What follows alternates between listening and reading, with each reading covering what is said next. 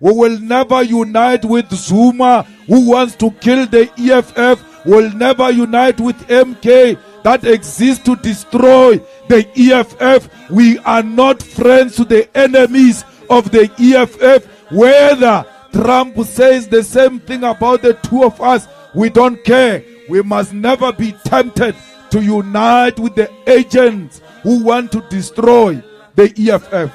If Zuma Watla unity of black people, why did he form MK when there was EFF? Because how from a party you are already dividing people. You must join the existing organization that pursues the same agenda, which is the EFF.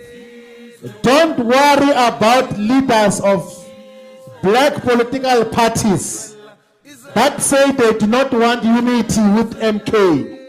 We are going to unite voters underneath them and leave them alone as leaders. We have already started. In KwaZulu Natal. We unite the voters and then we leave a shell there. People will just speak forever, talking to nothing. This unity that we are asking for, we're not begging it. We are demanding unity of black people so that we can bring about liberation.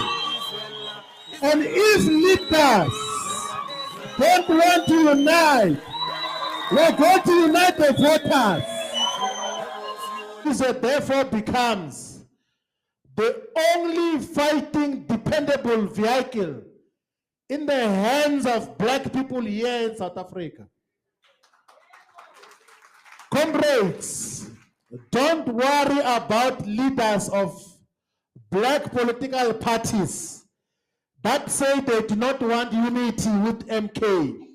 We are going to unite voters underneath them and leave them alone as leaders.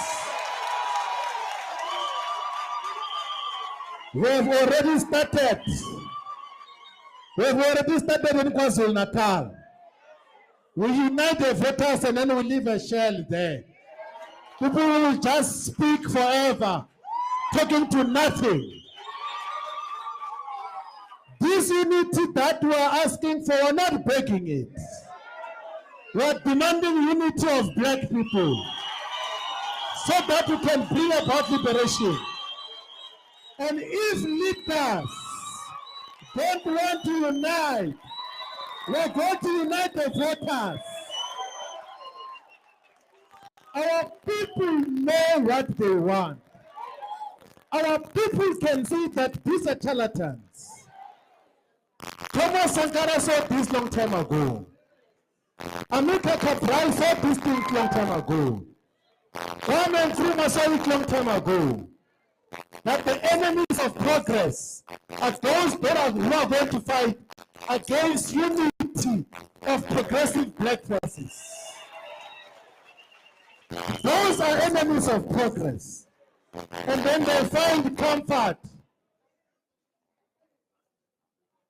in giving power to white political parties and working together with them.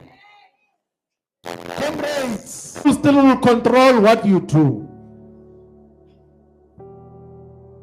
And under the colonialism, you know, before the independence of most of these countries, what the colonizing forces will do, they will put colonial clerks. They are not presidents to say you are responsible for Gold Coast, you are responsible for Upper Volta. But from time to time, you must come to our countries to report of how are you handling and managing the natives in the area where you are a colonial clerk of. That you must come and say, yes, boss, we are doing everything according to what you said. We are doing everything according to what you said.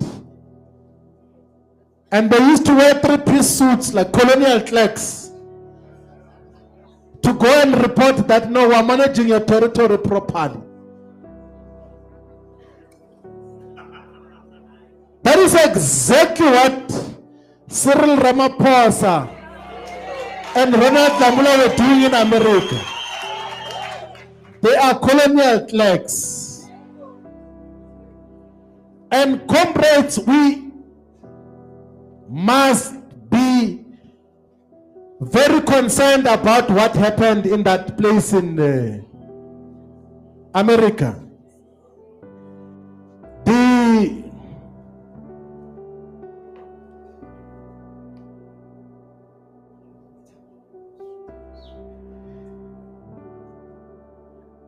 The fact of the matter is that the interest and aspirations of the descendants of colonial settlers and our interest cannot be one. Because despite the capitalist aspirations of colonialism, what also got to sustain it is global racism.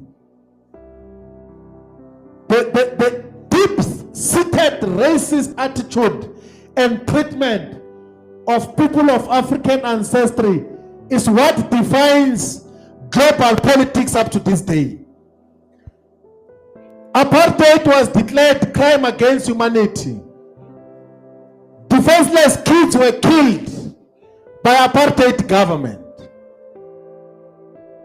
Not once did the American government say they're going to take black people as refugees in America.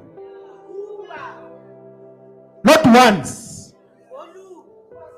But here in South Africa, with a fictionalized genocide of white people, already they're jumping to say their kin and kith must come to join them in America because there is so-called genocide which only exists in the figments of their imaginations.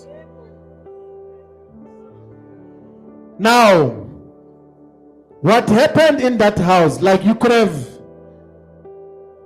seen the colonial mannerisms of Cyril Ramaphosa. No boss, we are tiny.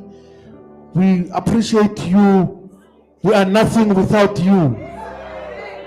We are here to beg you. You must come and fight crime for us. We are here to even offer our rare minerals, rare earth minerals. And then in the talk there, then they bring any else. Any else says, no, we want to thank America for having assisted us in the war against Angola in the 1980s. And the war he's referring to is the Battle of Kito, when the USSR towards its end, when Cuba realized that the liberation of South Africa will not happen, they brought in military capacity to fight against the apartheid government. In Angola, in a town called Kito. And in that war, in that battle of Kito, Mkhonto soldiers were fighting. The MPLA fighters were fighting as well in Angola. The SWAPO forces of Namibia were fighting against apartheid. But the apartheid government was assisted by the United States of America in the late 1980s. And any else says, we want to thank you, America, for fighting against freedom fighters. And Ramaphosa doesn't say anything about that.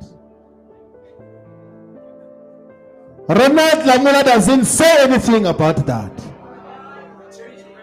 If anything, when they allow him to speak, he points at John Steinhausen.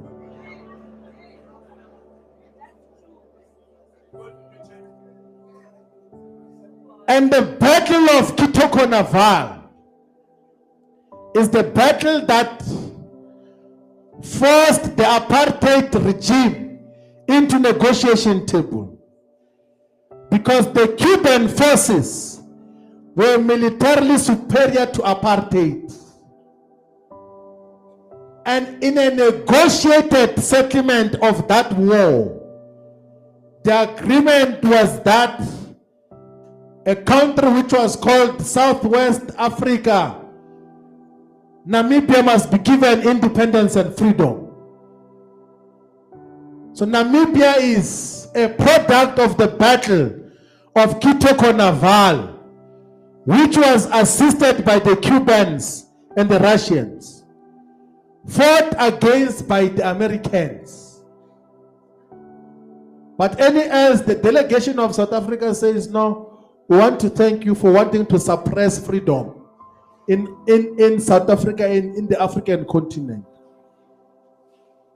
Namibia was given independence because of the Battle of Kito, and Comandante Fidel Castro said to the apartheid government that he must go and negotiate the end of apartheid, or we will come back as Cubans to fight you physically until we have liberated South Africa. But we have got stooges of apartheid. You have got a Ramaphosa who says, no, we celebrate with any else that you suppressed our struggle for freedom. President Zuma was correct in the characterization of the current ANC and Ramaphosa, that he is nothing but a stooge of neocolonial and apartheid forces. That the ANC is an instrument in the hands of the neocolonial and apartheid forces.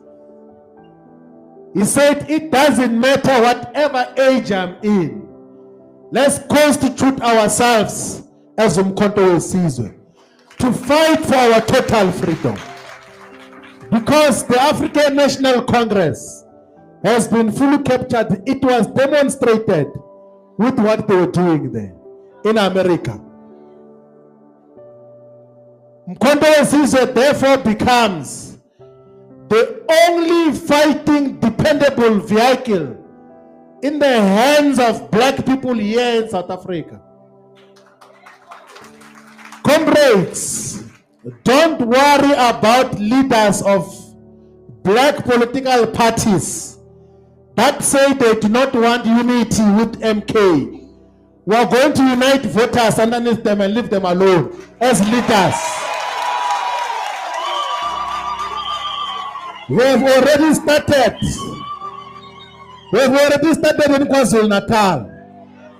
We unite the voters and then we leave a shell there. People will just speak forever, talking to nothing. This unity that we are asking for, we're not begging it. We are demanding unity of black people so that we can bring about liberation. And if leaders don't want to unite, we're going to unite the voters. Our people know what they want. Our people can see that these are charlatans. Thomas Sankara said this long time ago. Amika Cabral said this thing long time ago. Kwame Nkrumah said it long time ago. That the enemies of progress are those who are going to fight against unity of progressive black forces. Those are enemies of progress. And then they find comfort in giving power to white political parties and working together with them. Comrades, Tina who are following President Jacob Zuma, asiko nje ukuthi who choose who where. Lama secretary that have left before, bagabenza bo hands off. Nakhona benza hands off, akakakhishwa, asikakayiboni TV. Mara sabathi hands off, should banenki. So, wazuzolalela next week, baphume nje kubaba ngalo dudu wabo. Thank you very much, my comrades. Sizobonana iyaqhuba, we are on the right track, ilahlile, sigade umzila, ziyabuya, we are not going anywhere, we are correcting the mess that has been created under Mkhonto wesizwe, and we are going to get it right. Nobody's gonna come here and do whatever that they want to do. Bathi phuma inja, bathi niphuma shaya inja, phuma umnikazi, into efana naleyo. Yeah, whatever. Hello Mzansi, welcome to Mkosas Mzansi. If today is your first time visiting this channel, please do the right thing and click the subscribe button, and also don't forget to smash the like button. We are trend our secretary Mkhonto wesizwe Floyd, Shivambu, and Malema. So the two have been giving each other back-to-back words during mama laba khuluma khona nje kuma community during their speech. Uma kafika uMalema ugadla ku Floyd, uma kafika Floyd ugadla ku Malema. So uMalema vele bekajwayele into yokukhuluma nga Floyd, but Floyd bekangamnaki. But this time uthi I'm not gonna keep quiet anymore, ngitseniwe nje mina. So he was clapping back at Julius, Malema, and ever since nje nangibula bangazuthi bayatrenda kakhulu lapha kuma social media platforms njengoba labaningi bakhuluma ngabo ukuthi ay baze badenda njena abantwana. Please do comment what you think below down in the comment section. Don't forget to hit the notification bell so that you can be notified whenever I upload a new video. This is the end of my video. I am signing out. So goodbye.